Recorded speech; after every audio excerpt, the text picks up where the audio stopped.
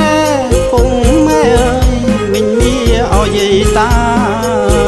ថ្ងៃមួយអើយឧសភាណែពុងម៉ែអើយមិញមីឲ្យយាយតាដល់ថ្ងៃ30មិថុនាអើយដល់ថ្ងៃ30មិថុនាអើបងប្អូនអើយឆ្នាំនេះអើយតទៅមីមីងយាយតា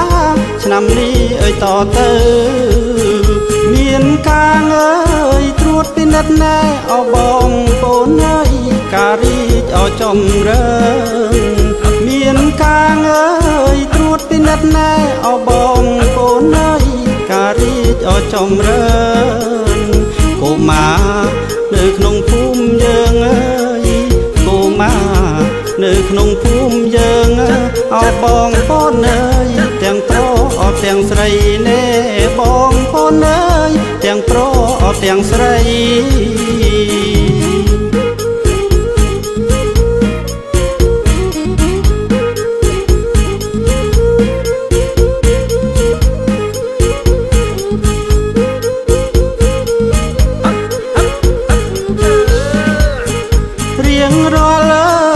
ឆ្នាំម្ដងណែប្រមូលតែតងព័ត៌មានអត់ទាំងអ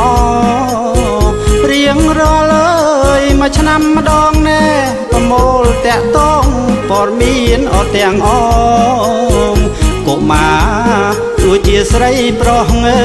យកុមារទោះជាស្រីប្រុសអើ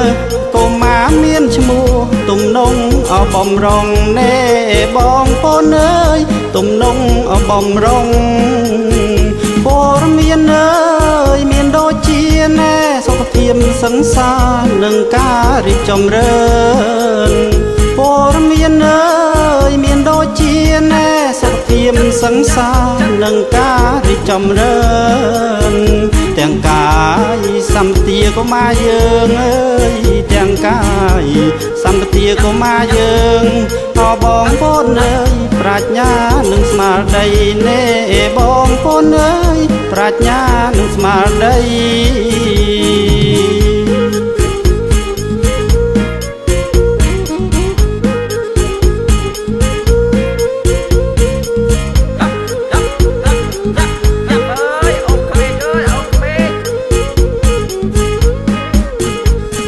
រាល់អើយមួយឆ្នាំម្ដងណែប្រមូលតែតងព័ត៌មានអត់ទាំងអរៀងរាល់អើយមួយឆ្នាំម្ដងណែប្រមូលតែតងព័ត៌មានអត់ទាំងអកុមារទោះជាស្រីប្រុសអើយកុមារទោះជាស្រីប្រុសអើកុមារមានឈ្មោះទំនងអបំរុងណែបងប្អូនអើយទំនងអបំរុងព័ត៌មានអើយមានដូចជាណែសុខភាពសង្សារនិងការរីកចម្រើនព័ត៌មានអើយមានដូចជាណែសុខភាពសង្សារនិងការរីកចម្រើ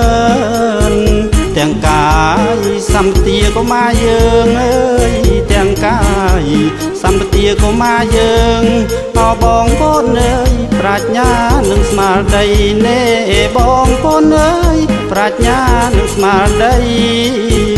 អង្គការអើយទស្សនាងណែពិភពលោកចាស់អភិវឌ្ឍក្រុមវិស័យ